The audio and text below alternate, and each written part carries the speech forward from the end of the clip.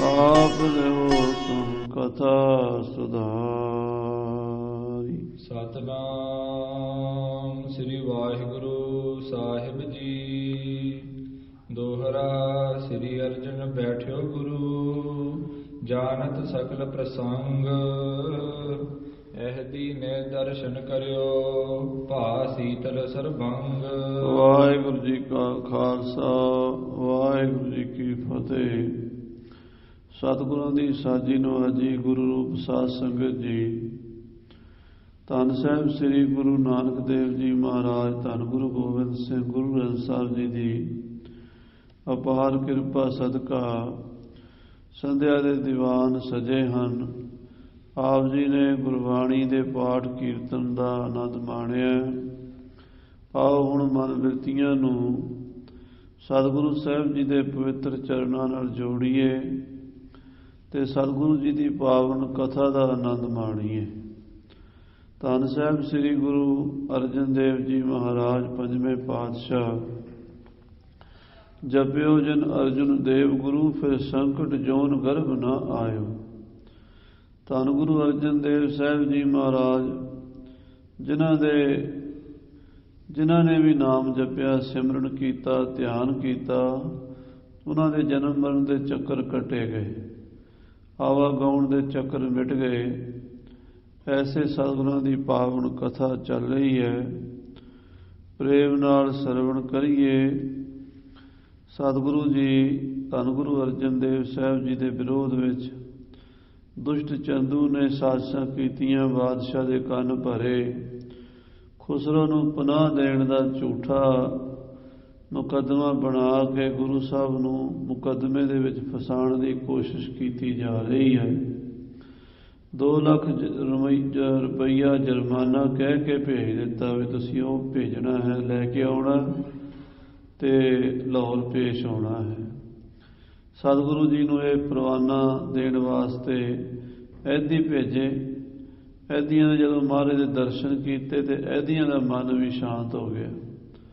ਭਾਵੇਂ ਚੰਦੂ ਨੇ ਬੜਾ ਸਿਖਾ ਕੇ ਭੇਜਿਆ ਸੀ ਵੀ ਗੁਰੂ ਅਰਜਨ ਦੇਵ ਨੂੰ ਕੌੜੇ ਸ਼ਬਦਾਂ 'ਚ ਗੱਲ ਕਰਨੀ ਹੈ, ਤਾੜਨਾ ਕਰਨੀ ਹੈ, ਸਖਤ ਤੋਂ ਸਖਤ ਮਾੜੇ ਚੰਗੇ ਬਚਨ ਬੋਲਣੇ ਹਨ। ਪਰ ਸਾਧ ਸੰਗਤ ਜੀ ਜਦੋਂ ਸਤਿਗੁਰਾਂ ਦੇ ਦਰਸ਼ਨ ਕੀਤੇ ਤੇ ਐਦੀ ਦਾ ਮਨ ਬਦਲ ਗਿਆ। ਉਹ ਉੱਚਾ ਨਹੀਂ ਬੋਲ ਸਕਿਆ।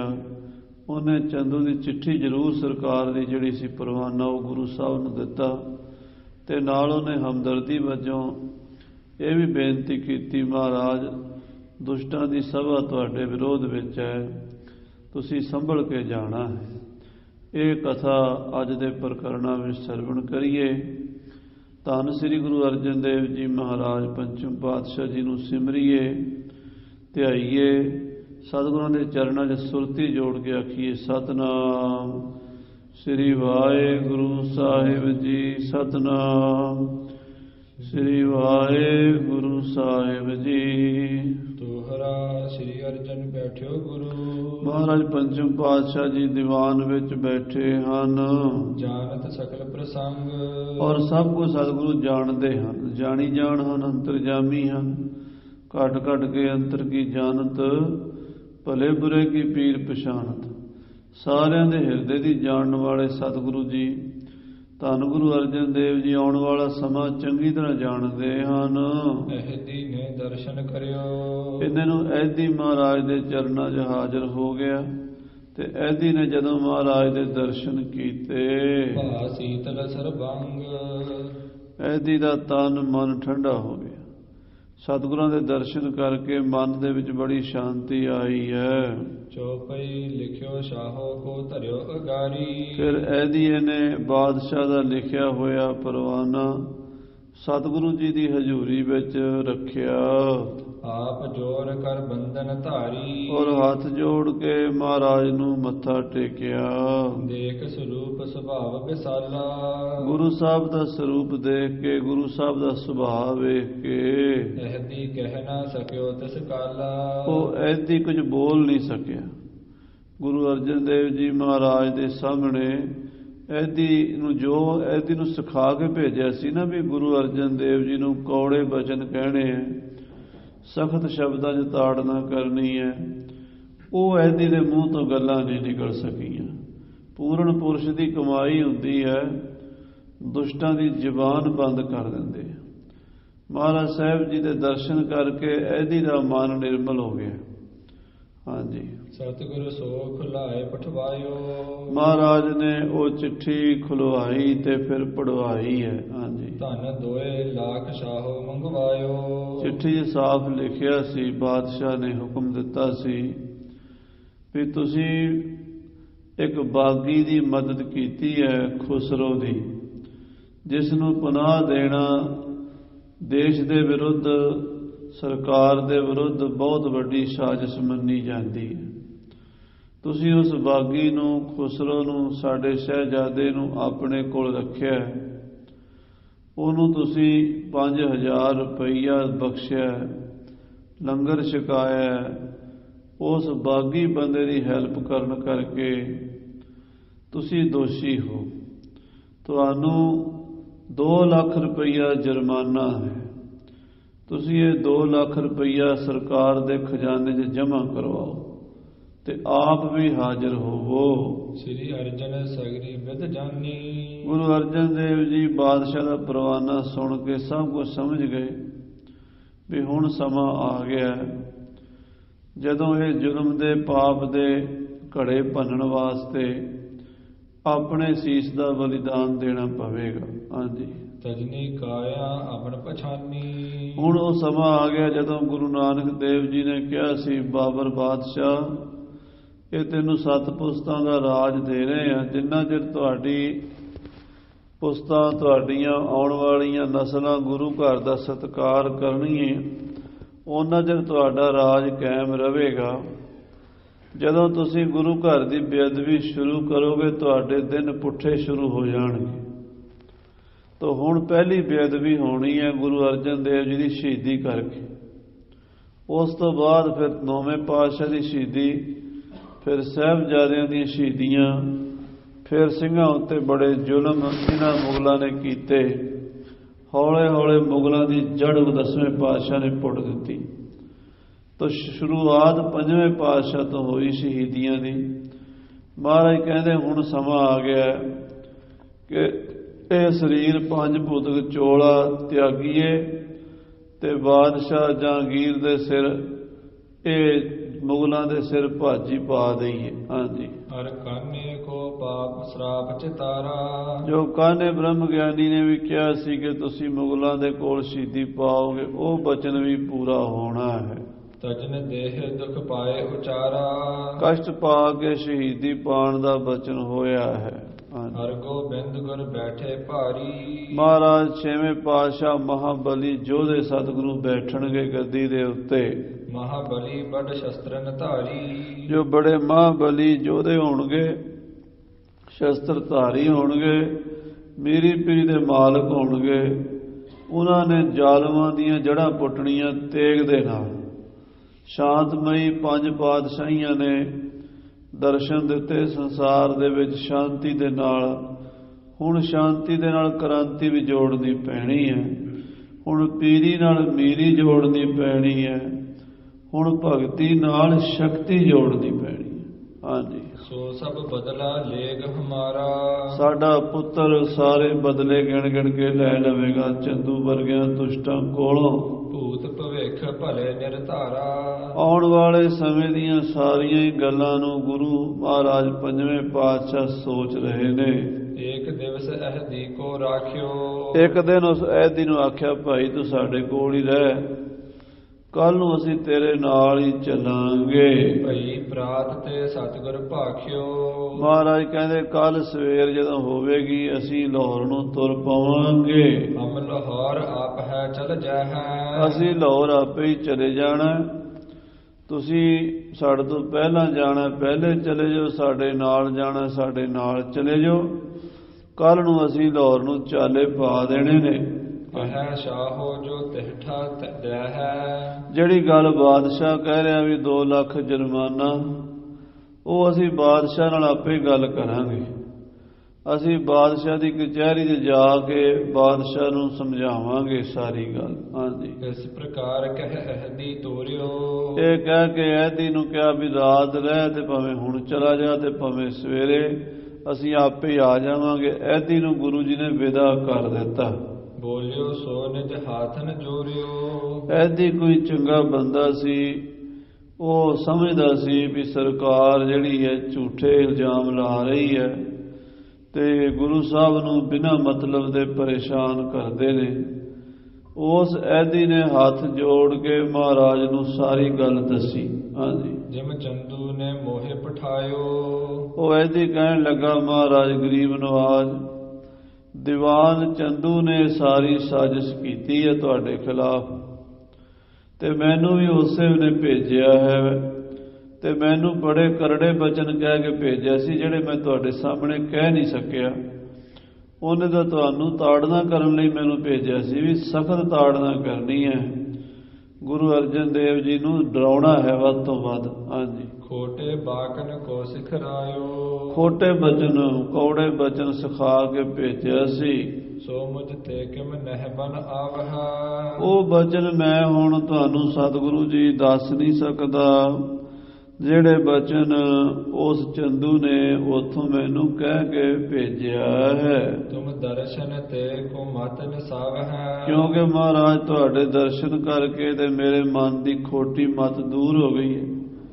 ਮੈਂ ਜੋ ਉੱਥੇ ਸੋਚਿਆ ਸੀ ਜਾਂ ਸੁਣਿਆ ਸੀ ਉਹ ਕੁਝ ਹੋਰ ਸੀ, ਪਰ ਜੋ ਮੈਂ ਇੱਥੇ ਦੇਖਿਆ ਹੈ ਉਹ ਕੁਝ ਹੋਰ ਹੈ। ਇੱਥੇ ਤਾਂ ਬੜੇ ਮਹਾਂਪੁਰਸ਼ ਆਪ ਜੀ ਬੈਠੇ ਹੋ, ਤੁਹਾਡੀਆਂ ਸੰਗਤਾਂ ਕਿੰਨੇ ਪਿਆਰ ਵਾਲੀਆਂ ਨੇ। ਇਹ ਤਾਂ ਦੇਵਤਿਆਂ ਦੀ ਨਗਰੀ ਹੈ, ਇਹ ਤਾਂ ਸੱਚਖੰਡ ਹੈ। ਉੱਥੇ ਉਹ ਪਤਾ ਨਹੀਂ ਕਿੱਡੇ ਕਿੱਡੇ ਇਲਜ਼ਾਮ ਲਾਉਂਦੇ ਸੀ, ਕਿੱਡੇ ਕਿੱਡੇ ਦੂਸ਼ਣਬਾਜ਼ੀਆਂ ਕਰਦੇ ਸੀ ਗੁਰੂ ਘਰ ਦੇ ਖਿਲਾਫ। ਮਹਾਰਾਜ ਤੁਹਾਡੇ ਦਰਸ਼ਨ ਕਰਕੇ ਤੇ ਮੇਰੇ ਭਾਗ ਜਾਗ ਪਏ ਨੇ। ਹਾਂਜੀ, ਆਪਣੋ ਸੇਵਕ ਮੋਹਿ ਪਛਾਨੋ। ਐਦੀ ਕਹਿੰਦਾ, ਮਹਾਰਾਜ ਮੈਨੂੰ ਆਪਣਾ ਸੇਵਕ ਸਮਝੋ ਤੇ ਮੈਂ ਤੁਹਾਨੂੰ ਦੱਸ ਦਿਆਂ ਵੀ ਹੁਣ ਸਰਕਾਰ ਜਿਹੜੀ ਹੈ ਤੁਹਾਡੇ ਵਿਰੋਧ 'ਚ ਹੋ ਗਈ ਹੈ ਤੇ ਤੁਸੀਂ ਆਪਣਾ ਵਿਚਾਰ ਰੱਖਿਆ ਜੇ। ਹਾਂਜੀ, ਬਰਾਬਰ ਕਹੋ ਤਥਾ ਅਬ ਮਾਨੋ। ਜੋ ਤੁਹਾਡਾ ਹੁਕਮ ਮੈਂ ਚਲਾ ਜਾਂਦਾ, ਤੁਸੀਂ ਆਪੇ ਆ ਜਾਣਾ। ਪੁਰਸ਼ੋਤਮ ਤੁਮ ਸਭ ਕੁਛ ਜਾਣੋ। ਤੁਸੀਂ ਪੁਰਸ਼ੋਤਮ ਮਰਜ਼ਾਦਾ ਦੇ ਪੂਰਨ ਹੋ, ਸਭ ਤੋਂ ਉੱਤਮ ਪੁਰਸ਼ ਮਹਾਂਪੁਰਸ਼ ਹੋ ਤੁਸੀਂ। ਤੋ ਦੀਵਾਨ ਦੁਸ਼ਟ ਪਹਿਚਾਨੋ। ਜਾਣੀ ਜਾਣੋ ਤੁਹਾਡੇ ਤੋਂ ਕੋਈ ਗੱਲ ਲੁਕੀ ਛਿਪੀ ਨਹੀਂ।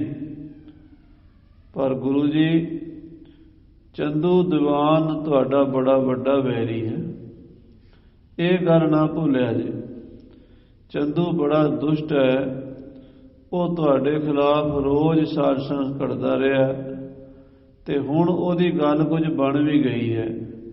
ਉਹਨੇ ਬਾਦਸ਼ਾਹ ਦੇ ਕੰਨਾਂ ਵਿੱਚ ਤੁਹਾਡੇ ਖਿਲਾਫ ਬੜਾ ਜ਼ਹਿਰ ਉਗਲਿਆ ਹੈ। ਹਾਂਜੀ, ਤਿਸ ਤੇ ਆਪ ਰਹੋ ਸਾਵਧਾਨਾ। ਸੋ ਮਹਾਰਾਜ ਜੀ ਤੁਸੀਂ ਚੰਦੂ ਤੋਂ ਬਚਾ ਰੱਖਿਆ ਜੇ, ਸਾਵਧਾਨ ਰਿਹਾ ਜੇ, ਹੁਸ਼ਿਆਰ ਰਿਹਾ ਜੇ। ਸਕਲ ਕੋ ਕਰਮ ਤਸੀ ਨੇ ਠਾਨਾ। ਇਹ ਜਿਹੜੀ ਸਾਜ਼ਿਸ਼ ਤੁਹਾਡੇ ਖਿਲਾਫ ਹੁਣ ਬਣੀ ਹੈ, ਤੁਹਾਡੇ ਤੇ ਜਿਹੜਾ ਇਲਜ਼ਾਮ ਲਾ ਰਹੇ ਨੇ, ਇਹ ਚੰਦੂ ਨੇ ਹੀ ਸਾਰਾ ਕੁਝ ਕੀਤਾ।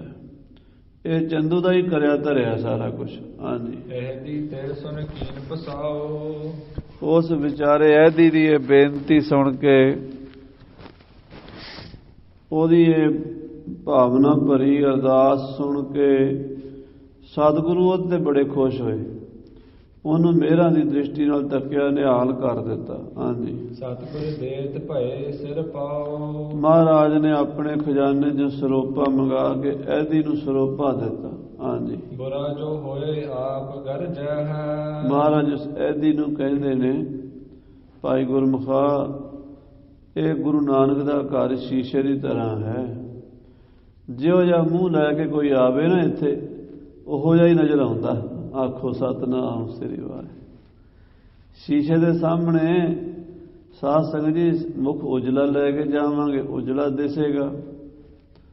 ਜੇ ਮੁਖ ਨੂੰ ਕਾਲਖ ਲਾ ਕੇ ਜਾਵਾਂਗੇ ਤੇ ਮੂੰਹ ਕਾਲਾ ਦਿਸੇਗਾ। ਗੁਰੂ ਘਰ ਦੇ ਵਿੱਚ ਵੀ ਜਿੱਦਾਂ ਦੀ ਕੋਈ ਭਾਵਨਾ ਲੈ ਕੇ ਆਏਗਾ, ਉਹੋ ਜਿਹੀ ਉਹਦੀ ਭਾਵਨਾ ਪੂਰੀ ਹੋ ਜਾਏਗੀ। ਸ਼ਰਧਾ ਲੈ ਕੇ ਆਏਗਾ ਤੇ ਸ਼ਰਧਾ ਪੂਰੀ ਹੋਏਗੀ।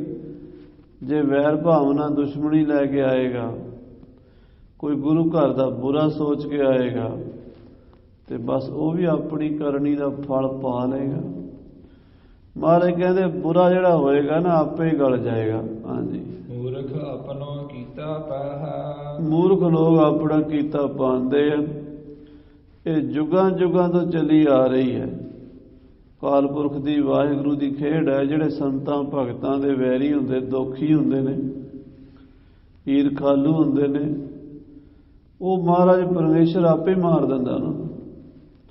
ਪਰਮੇਸ਼ਰ ਆਪ ਹੀ ਉਹਨਾਂ ਦੇ ਕਰਮਾਂ ਦੀ ਸਜ਼ਾ ਦਿੰਦਾ ਉਹਨਾਂ ਨੂੰ। ਹਾਂਜੀ, ਰੁਖ ਸਦ ਹੋਏ ਅਹਦੀ ਚਲ ਗਇਓ। ਸਾਧ ਸੰਗਤ ਜੀ, ਐਦੀ ਨੂੰ ਮਹਾਰਾਜ ਨੇ ਵਿਦਾ ਕਰ ਦਿੱਤਾ। ਐਦੀ ਮਹਾਰਾਜ ਤੋਂ ਰੁਖਸਤ ਹੋ ਕੇ ਵਿਦਾ ਹੋ ਕੇ ਲਾਹੌਰ ਚਲਾ ਗਿਆ।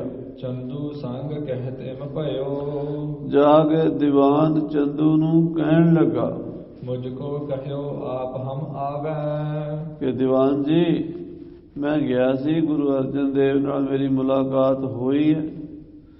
ਉਹਨਾਂ ਨੂੰ ਮੈਂ ਕਿਹਾ ਵੀ ਤੁਹਾਨੂੰ ਸਰਕਾਰ ਬੁਲਾ ਰਹੀ ਹੈ, ਚਲੋ। ਉਹ ਕਹਿੰਦੇ ਅਸੀਂ ਆਪੇ ਆ ਜਾਵਾਂਗੇ। ਕਹਿ ਸ਼ਾਹੋ ਸੋ ਤਹਾਂ ਦਿਵਾਵੈ। ਪੈਸਿਆਂ ਵਾਲੀ ਗੱਲ ਵੀ ਮੈਂ ਕਹੀ ਸੀ ਵੀ 2 ਲੱਖ ਜੁਰਮਾਨੇ ਦੇ ਵੀ ਦੇ ਦਿਓ। ਉਹ ਕਹਿੰਦੇ ਇਹ ਵੀ ਅਸੀਂ ਬਾਦਸ਼ਾਹ ਨਾਲ ਗੱਲ ਕਰਕੇ ਦਿਆਂਗੇ, ਏਦਾਂ ਨਹੀਂ, ਅਸੀਂ ਪਹਿਲਾਂ ਬਾਦਸ਼ਾਹ ਨੂੰ ਮਿਲਾਂਗੇ ਤੇ ਫਿਰ ਅਗਲੀ ਗੱਲ ਕਰਾਂਗੇ। ਹਾਂਜੀ, ਸੁਣ ਖੁਨਸਿਓ ਗਮਨਿਓ ਟਿਗ ਸ਼ਾਹੂ। ਸੁਣ ਕੇ ਚੰਦੂ ਨੂੰ ਹੋਰ ਅੱਗ ਲੱਗੀ, ਬੜੀ ਖੁਣਸ ਖਾਧੀ ਵੀ ਹੈ ਸਾਡੇ ਕਹੇ ਦੀ ਪਰਵਾਹ ਹੀ ਕੋਈ ਨਹੀਂ।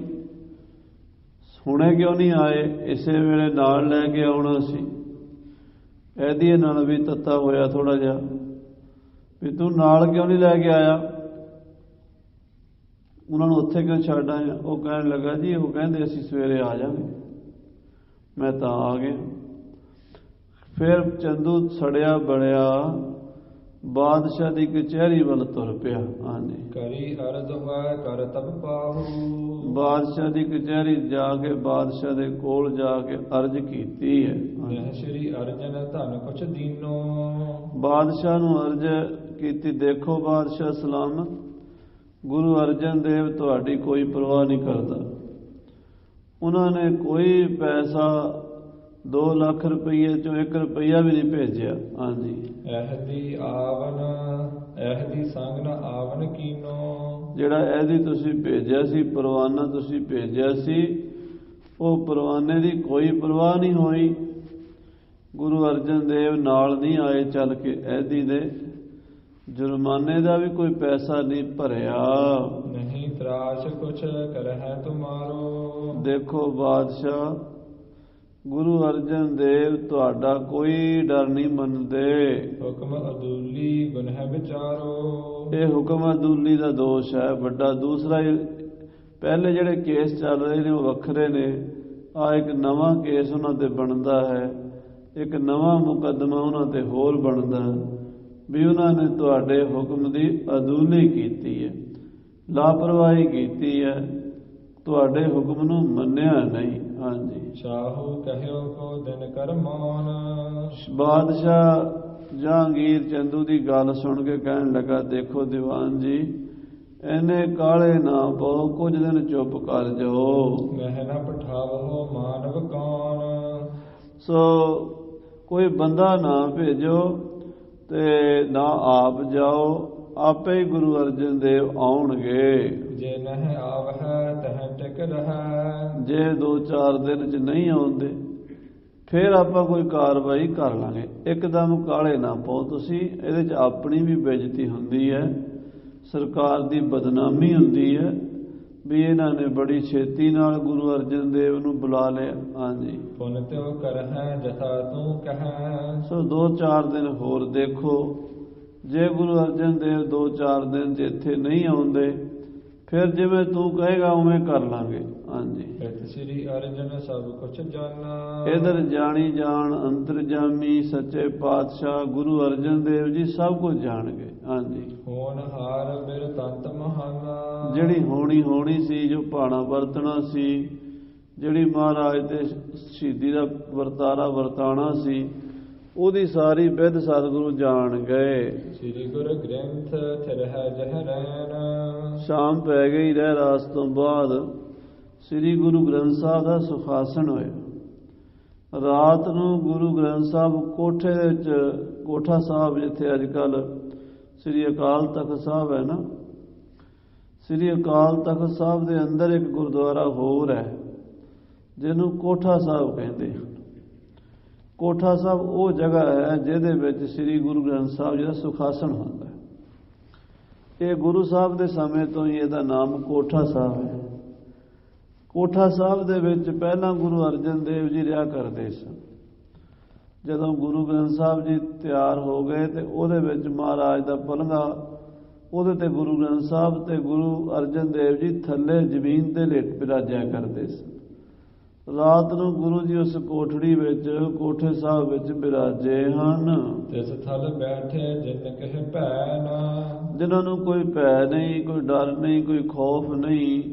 ਬ੍ਰਹਮ ਗਿਆਨੀ ਸਤਿਗੁਰੂ ਪੰਜਵੇਂ ਪਾਤਸ਼ਾਹ ਜੀ ਉਸ ਕੋਠਾ ਸਾਹਿਬ ਦੇ ਅੰਦਰ ਬੈਠੇ ਹੋਏ ਨੇ। ਬ੍ਰਿਧ ਆਪਨੇ ਨਿਕਟ ਹਕਾਰਾ। ਰਾਤ ਨੂੰ ਬਾਬਾ ਬੁੱਢਾ ਜੀ ਨੂੰ ਆਪਣੇ ਕੋਲ ਸੱਦਿਆ ਹੈ। ਸਾਦਰ ਭਾਖਤ ਤਹਿ ਬਿਰ ਬੈਠਾਰਾ। ਜਦੋਂ ਬਾਬਾ ਬੁੱਢਾ ਜੀ ਆਏ ਤੇ ਗੁਰੂ ਅਰਜਨ ਦੇਵ ਜੀ ਨੇ ਬੜੇ ਸਨਮਾਨ ਨਾਲ ਉਹਨਾਂ ਨੂੰ ਬਿਠਾਇਆ।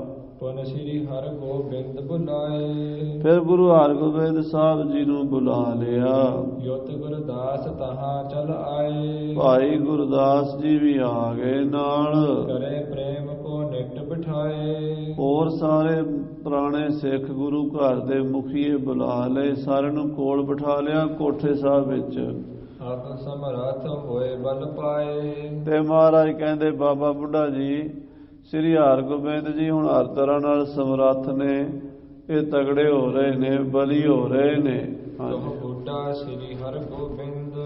ਬਾਬਾ ਬੁੱਢਾ ਜੀ ਤੁਸੀਂ ਦੱਸੋ, ਸ੍ਰੀ ਹਰਿਗੋਬਿੰਦ ਜੀ ਹੁਣ ਸਾਰੀ ਜ਼ਿੰਮੇਵਾਰੀ ਸੰਭਾਲ ਲੈਣਗੇ? ਹਾਂਜੀ। ਅਬ ਸੁਚੇਤ ਭੇ ਬਲੀ ਬਿਲੰਦ। ਇਹ ਹੁਣ ਹਰ ਤਰ੍ਹਾਂ ਨਾਲ ਸੁਚੇਤ ਹੋ ਗਏ ਨੇ, ਬਲੀ ਹੋ ਗਏ ਨੇ। ਹਾਂਜੀ। ਗੁਰਤਾ ਗਾਦੀ ਬੈਠਨ ਜੋਗ। ਇਹ ਗੁਰਤਾ ਗੱਦੀ ਤੇ ਬਹਿਣ ਦੇ ਯੋਗ ਹੋ ਗਏ ਨੇ। ਦਹਿ ਦੁਸ਼ਟਨ ਕੇ ਘਰ ਸੋਗ। ਇਹ ਦੁਸ਼ਟਾਂ ਦਾ ਨਾਸ਼ ਕਰਨ ਦੇ ਲਈ ਸਮਰੱਥ ਹੋ ਗਏ ਨੇ। ਹਾਂਜੀ। ਬ੍ਰਿਧ ਨੇ ਭਾਖਿਓ ਜੋਤ ਤੁਮਾਰੀ। ਤੇ ਬਾਬਾ ਬੁੱਢਾ ਜੀ ਹੱਥ ਜੋੜ ਕੇ ਕਹਿੰਦੇ ਜੀ, ਇਹ ਤੁਹਾਡੀ ਜੋਤ ਨੇ, ਤੁਹਾਡੇ ਵਿੱਚ ਇਹਨਾਂ ਦੀ ਜੋਤ ਹੈ। ਇਹ ਫਿਰ ਕਿਉਂ ਨਹੀਂ ਬਲੀ ਹੋਣਗੇ? ਤੁਹਾਡੀ ਜੋਤ ਜੋ ਹੈ। ਹਾਂਜੀ। ਹੋਏ ਵੀਰ ਬੜ ਆਯੁਧ ਧਾਰੀ। ਇਹ ਬੜੇ ਵੀਰ ਬਲੀ ਯੋਧੇ, ਸ਼ਸਤਰ ਧਾਰੀ, ਸੂਰਮੇ ਹੋਣਗੇ। ਹਾਂਜੀ। ਛਤਰੀ ਕੁਲ ਤੇ ਯੁੱਧ ਹਟਿਓ ਹੈ। ਮਹਾਰਾਜ ਛਤਰੀਆਂ ਦੀ ਜਿਹੜੀ ਕੁਲ ਹੈ ਨਾ, ਛਤਰੀਆਂ ਦੀ, ਇਹਦੇ ਵਿੱਚ ਯੁੱਧ ਹਟ ਗਿਆ ਸੀਗਾ। ਸਾਸ ਜਿਹੜੀ ਖੱਤਰੀ ਬਰਾਦਰੀ ਹੈ, ਪਹਿਲਾਂ ਇਹਦਾ ਨਾਮ ਖੱਤਰੀ ਸੀ। ਇਹ ਜਿਹੜੇ ਖੱਤਰੀ ਹਨ, ਇਹ ਰਾਜੇ ਹੁੰਦੇ ਸੀ ਤੇ ਜੰਗ ਕਰਿਆ ਕਰਦੇ ਸੀ। ਇਹਦਾ 10ਵੀਂ ਸਦੀ ਦੇ ਵਿੱਚ, ਅੱਜ ਤੋਂ ਕੋਈ 1200 ਸਾਲ ਪਹਿਲਾਂ, ਇਹਨਾਂ ਦਾ ਰਾਜ ਮੁਸਲਮਾਨਾਂ ਨੇ ਖੋਹ ਲਿਆ।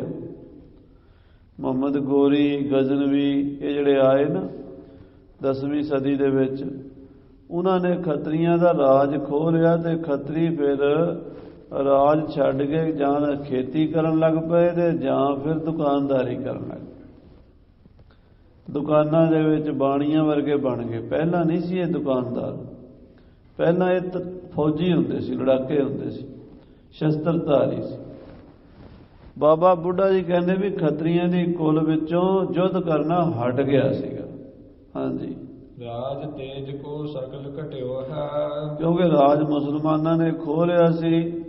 500-600 ਸਾਲ ਤੋਂ ਗੁਲਾਮੀ ਸਹਿੰਦੇ ਆ ਰਹੇ ਸੀ। ਇਸ ਕਰਕੇ ਰਾਜ ਤੇਜ ਵਾਲੀ ਬਿਰਤੀ ਖਤਮ ਹੋ ਗਈ ਸੀ। ਭਏ ਮਲੇਸ਼ ਸ਼ਸਤਰ ਬੜ ਧਾਰੀ। ਤੇ ਮਲੇਸ਼ਾਂ ਨੇ, ਤੁਰਕਾਂ ਨੇ ਰਾਜ ਖੋਹ ਲਿਆ ਸ਼ਸਤਰਾਂ ਦੇ ਬਲ ਨਾਲ। ਜਿਹਦੇ ਕੋਲ ਸ਼ਸਤਰ ਹੋਣਗੇ ਉਹਦੇ ਕੋਲ ਰਾਜ ਹੋਏਗਾ। ਤਾਕਤ ਸਾਰੀ ਸ਼ਸਤਰਾਂ ਦੀ ਹੈ ਨਾ, ਸ਼ਸਤਰਨ ਕੇ ਅਧੀਨ ਹੈ ਰਾਜ।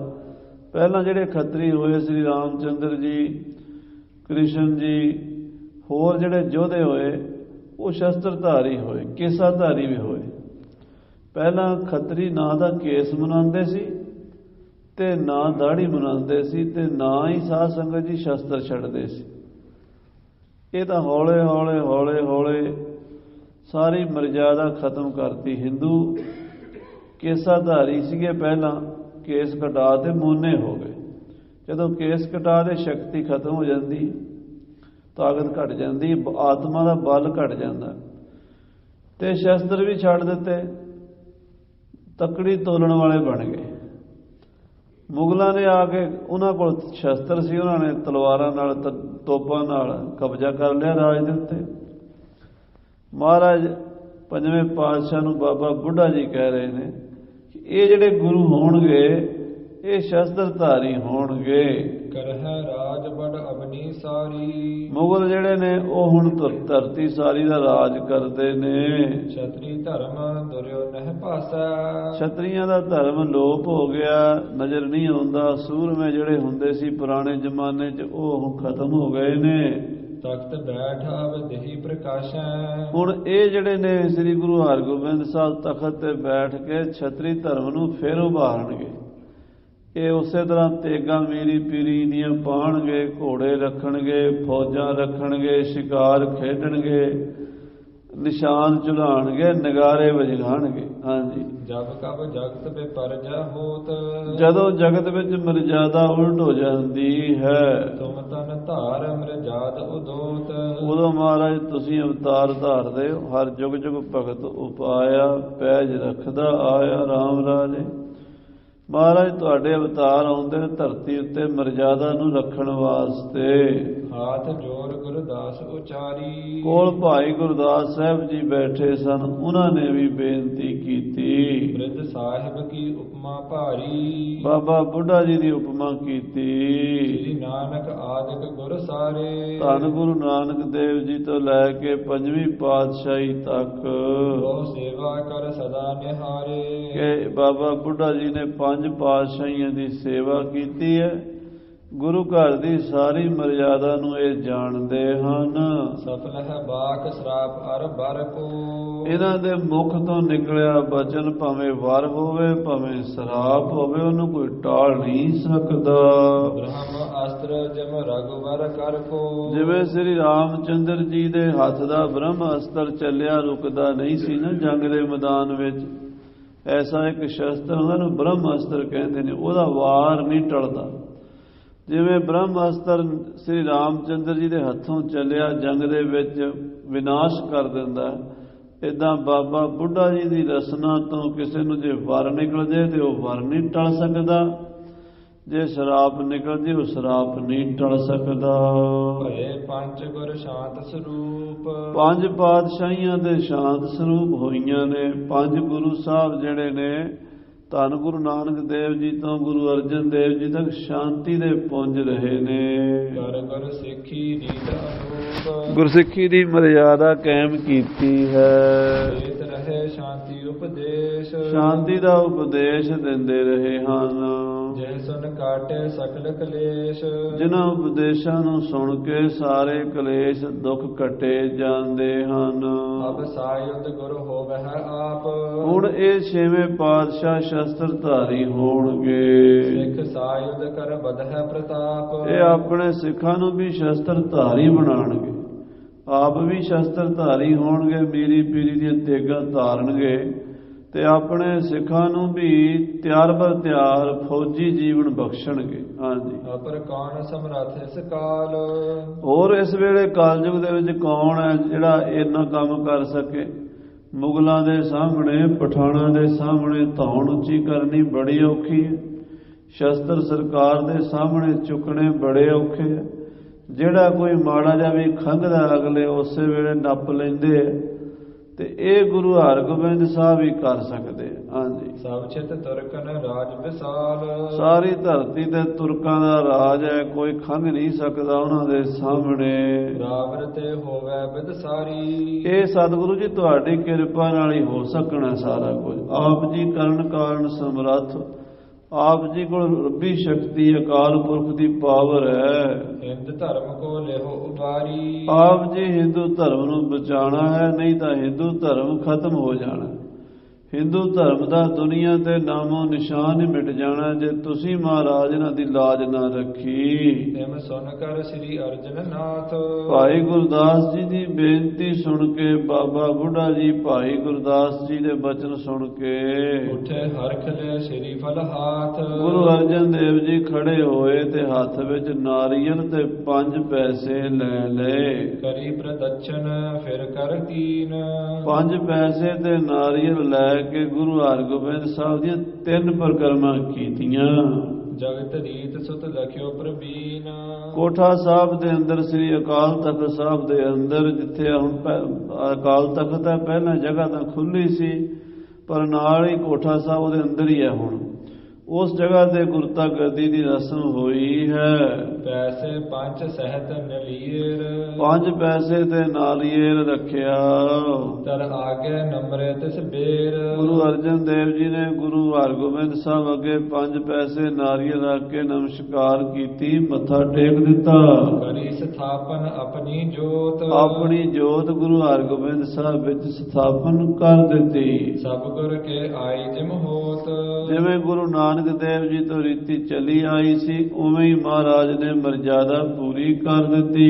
ਬੁੱਢੇ ਸਾਹਿਬ ਸੋ ਫਰਮਾਇਓ। ਫਿਰ 5ਵੇਂ ਪਾਤਸ਼ਾਹ ਨੇ ਬਾਬਾ ਬੁੱਢਾ ਜੀ ਨੂੰ ਫਰਮਾਇਆ, ਕਰੋ ਸੋ ਆਪ ਕਰਤ ਜਿਮ ਆਇਓ। ਲਓ ਬਾਬਾ ਜੀ, ਹੁਣ ਤੁਸੀਂ ਗੁਰਿਆਈ ਦਾ ਤਿਲਕ ਲਾ ਦਿਓ ਜੋ ਤੁਸੀਂ ਪਿੱਛੋਂ ਕਰਦੇ ਆ ਰਹੇ ਹੋ। ਸ਼ੁਭ ਅਧਿਕਾਰ ਕਰਨ ਕੋ ਨੀਕਾ। ਤੁਹਾਨੂੰ ਹੀ ਇਹ ਅਧਿਕਾਰ ਹੈ। ਉਠੋ ਮਦਦ ਦੇਹੋ ਅਬ ਸੁਠ ਤੀਕਾ। ਹੁਣ ਸ੍ਰੀ ਹਰਗੋਬਿੰਦ ਜੀ ਦੇ ਮੱਥੇ ਤੇ ਟਿੱਕਾ ਲਾਓ, ਤਿਲਕ ਲਾਓ ਗੁਰਿਆਈ ਦਾ। ਹਾਥ ਜੋੜ ਤਬ ਬ੍ਰਿਧ ਬਖਾਨਿਓ। ਬਾਬਾ ਬੁੱਢਾ ਸਾਹਿਬ ਜੀ ਹੱਥ ਜੋੜ ਕੇ ਕਹਿਣ ਲੱਗੇ, ਇਹ ਕਿਆ ਕੌਤਕ ਰਾਵਰ ਠਾਨਿਓ। ਇਹ ਸੱਚੇ ਪਾਤਸ਼ਾਹ ਜੀ, ਇਹ ਕੀ ਕੌਤਕ ਹੈ? ਇਹ ਆਪ ਜੀ ਕੀ ਕਰ ਰਹੇ ਹੋ? ਸਾਰੀ ਸੰਗਤ ਹੈਰਾਨ ਹੈ। ਅਜੇ ਮਹਾਰਾਜ ਜੀ, ਆਪ ਜੀ ਦਾ ਉਮਰ ਦਾ, ਕਿਉਂਕਿ ਮਹਾਰਾਜ ਦੀ ਉਮਰ 43 ਸਾਲ ਦੀ ਸੀ। ਦਾੜੇ ਦੇ ਵਿੱਚ ਸਾਰੇ ਕੇਸ ਲਗਭਗ ਗੁਰੂ ਮਹਾਰਾਜ 5ਵੇਂ ਪਾਤਸ਼ਾਹ ਦੇ ਕਾਲੇ ਸਨ। ਸਰੀਰ ਜਵਾਨ ਸੀਗਾ। ਇੰਨੀ ਜਵਾਨੀ ਦੀ ਉਮਰ ਵਿੱਚ ਆਪ ਜੀ ਕੀ ਭਾਣਾ ਵਰਤਾਨ ਲੱਗੇ ਹੋ? ਜਗ ਹੋਤ ਦੇਹ ਕੋ ਅੰਤ। ਮਹਾਰਾਜ, ਇਹ ਤਾਂ ਉਸ ਵੇਲੇ ਕੀਤਾ ਜਾਂਦਾ ਜਦੋਂ ਗੁਰੂ ਸਾਹਿਬ ਨੇ ਆਪਣਾ ਚੋਲਾ ਬਦਲਣਾ ਹੁੰਦਾ ਹੈ, ਸਰੀਰ ਛੱਡਣਾ ਹੁੰਦਾ ਹੈ। ਤਬ ਇਸ ਬਿਰਧ ਕੋ ਹੋਏ ਬ੍ਰਿਤਾਂਤ। ਇਹ ਤਾਂ ਗੁਰਿਆਈ ਗੱਦੀ ਦਿੱਤੀ ਜਾਂਦੀ ਜਦੋਂ ਚੋਲਾ ਛੱਡਣਾ ਹੋਵੇ। ਤਨ ਰਾਵਰ ਕੋ ਪਰਉਪਕਾਰੀ। ਆਪ ਜੀ ਦੇ ਸਰੀਰ ਦੀ ਅਜੇ ਬੜੀ ਲੋੜ ਹੈ, ਕਿਉਂਕਿ ਆਪ ਜੀ ਦਾ ਪਰਉਪਕਾਰੀ ਸਤਿਗੁਰੂ ਆਪ ਦਾ ਸਰੀਰ ਪਰਉਪਕਾਰ ਵਾਸਤੇ ਹੈ। ਜੰਬੂ ਦੀਪ ਦੀਪ ਅਨੁਹਾਰੀ। ਇਹ ਭਾਰਤ ਦੇਸ਼ ਦੇ ਵਿੱਚ ਤੇ ਏਸ਼ੀਆ ਦੇ ਵਿੱਚ ਤੇ ਪੂਰੀ ਧਰਤੀ ਵਿੱਚ ਤੁਸੀਂ ਦੁਨੀਆ ਦਾ ਭਲਾ ਕਰਨਾ ਹੈ। ਜਹ ਕਹਿ ਕਰਿਓ ਪ੍ਰਕਾਸ਼ ਵਿਸਾਲਾ। ਆਪ ਜੀ ਨੇ ਥਾਂ ਥਾਂ ਤੇ ਪ੍ਰਕਾਸ਼ ਕੀਤਾ। ਸਤਿਗੁਰੂ ਜੀ, ਮਨ ਸ਼ੁਭ ਗਮਨਿਓ ਜਗਤ ਸੁਖਾਲਾ। ਆਪ ਜੀ ਦੀ ਕਿਰਪਾ ਨਾਲ ਜਗਤ ਚੰਗੇ ਰਾਹ ਤੇ ਤੁਰ ਰਿਹਾ ਹੈ। ਦਰਸ਼ਨ ਕੀ ਸੰਗਤ ਹੈ ਪਿਆਸੀ। ਅਜੇ ਤੇ ਸੰਗਤਾਂ ਦੇ ਦਰਸ਼ਨਾਂ ਦੀ ਪਿਆਸ ਹੀ ਨਹੀਂ ਬੁਝੀ ਸੱਚੇ ਪਾਤਸ਼ਾਹ ਜੀ। ਆਪ ਜੀ ਦੇ ਦਰਸ਼ਨਾਂ ਨਾਲ ਅਜੇ ਅੱਖਾਂ ਤ੍ਰਿਪਤ ਨਹੀਂ ਹੋਈਆਂ ਸਾਡੀਆਂ। ਤੁਸੀਂ ਸਾਡੇ ਤੋਂ ਓਹਲਾ ਕਰਨ ਲੱਗੇ ਹੋ। ਦੂਰ ਦੂਰ ਤੇ ਆਏ ਹੁਲਾਸੀ। ਦੂਰੋਂ ਦੂਰੋਂ ਸੰਗਤਾਂ ਦਰਸ਼ਨਾਂ ਲਈ ਆਉਂਦੀਆਂ ਸਤਿਗੁਰੂ ਜੀ। ਭਗਤਨ ਭੂਰ ਭਾਵਨਾ ਜਾਨ। ਆਪ ਜੀ ਆਪਣੇ ਭਗਤਾਂ ਦੀਆਂ ਭਾਵਨਾ ਪੂਰੀਆਂ ਕਰਨ ਵਾਲੇ ਹੋ। ਆਪ ਸਰੀਰ ਧਰੋ ਧੁਰ ਧਰੋ ਜਗ ਆਨ। ਆਪ ਜੀ ਭਗਤਾਂ ਦਾ ਭਲਾ ਕਰਨ ਲਈ ਤੇ ਸਰੀਰ ਧਾਰਨ ਕਰਦੇ ਹੋ। ਔਚਕ ਚਰਜ ਕਹਾਂ ਜਨਾਵੋ। ਅੱਜ ਤੁਸੀਂ ਅਚਾਨਕ ਕੀ ਕੌਤਕ ਦਿਖਾਣ ਲੱਗੇ ਹੋ? ਸਿਰੋ ਆਪ ਸ਼ੁਭ ਦਰਸ ਦਿਖਾਵੋ। ਅਜੇ ਮਹਾਰਾਜ ਹੋਰ ਸਮਾਂ ਗੱਦੀ ਤੇ ਬਿਰਾਜ ਕੇ ਸੰਗਤਾਂ ਨੂੰ ਦਰਸ਼ਨ ਦਿੰਦੇ। ਸਭ ਕੇ ਅਹੋ ਆਸਰਾ ਭਾਰੇ। ਆਪ ਜੀ ਸਾਰਿਆਂ ਦਾ ਆਸਰਾ ਹੋ। ਅਸੀਂ ਸਾਰੇ ਸਿੱਖ ਸੇਵਕ ਤੁਹਾਡੇ ਆਸਰੇ ਤੇ ਹਾਂ। ਚੌਂਦਸ਼ ਦੁਸ਼ਟ ਦੁਸ਼ਟ ਦਾ ਧਾਰੇ। ਕਿਉਂਕਿ ਚਾਰੇ ਪਾਸੇ ਦੁਸ਼ਟ ਬੰਦੇ ਗੁਰੂ ਘਰ ਦੇ ਵੈਰੀ ਦੋਖੀ ਕਈ ਤਰ੍ਹਾਂ ਦੇ ਜਾਲ ਵਿਛਾ ਰਹੇ ਨੇ। ਬਨਹੁ ਸਹਾਇਕ ਸੰਗਤ ਕੇਰੇ। ਆਪਣੀਆਂ ਸੰਗਤਾਂ ਦੇ ਆਪ ਹੀ ਸਹਾਈ ਬਣੋ ਸਤਿਗੁਰੂ ਜੀ। ਸਰਬ ਪਰਿਵਾਰ ਤੁਮਹੋ ਦਿਸ ਹੇਰੇ। ਸਭ ਪਰਿਵਾਰ ਸੰਗਤਾਂ ਤੁਹਾਡੇ ਵੱਲ ਵੇਖ ਰਹੀਆਂ ਨੇ ਗੁਰੂ ਜੀ। ਬਿਗੜਿਓ ਸ਼ਾਹੋ ਚੰਦ ਕੇ ਕਹੇ। ਸੋ ਸਾਧ ਸੰਗਤ ਜੀ, ਮਹਾਰਾਜ ਬਾਬਾ ਬੁੱਢਾ ਜੀ ਬਚਨ ਕਰ ਰਹੇ ਨੇ ਤੇ ਮਹਾਰਾਜ ਸੁਣ ਰਹੇ ਨੇ।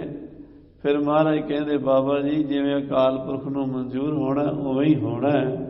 ਤੁਸੀਂ ਹੁਣ ਗੁਰਿਆਈ ਦੀ ਰਸਮ ਪੂਰੀ ਕਰ ਦਿਓ। ਬਾਬਾ ਬੁੱਢਾ ਜੀ ਨੇ ਗੁਰੂ ਮਹਾਰਾਜ 6ਵੇਂ ਪਾਤਸ਼ਾਹ ਦੇ ਮੱਥੇ ਤੇ ਅੱਧੀ ਰਾਤ ਨੂੰ ਸ੍ਰੀ ਅਕਾਲ ਤਖਤ ਸਾਹਿਬ ਦੇ ਅੰਦਰ ਗੁਰਿਆਈ ਗੱਦੀ ਦਿੱਤੀ।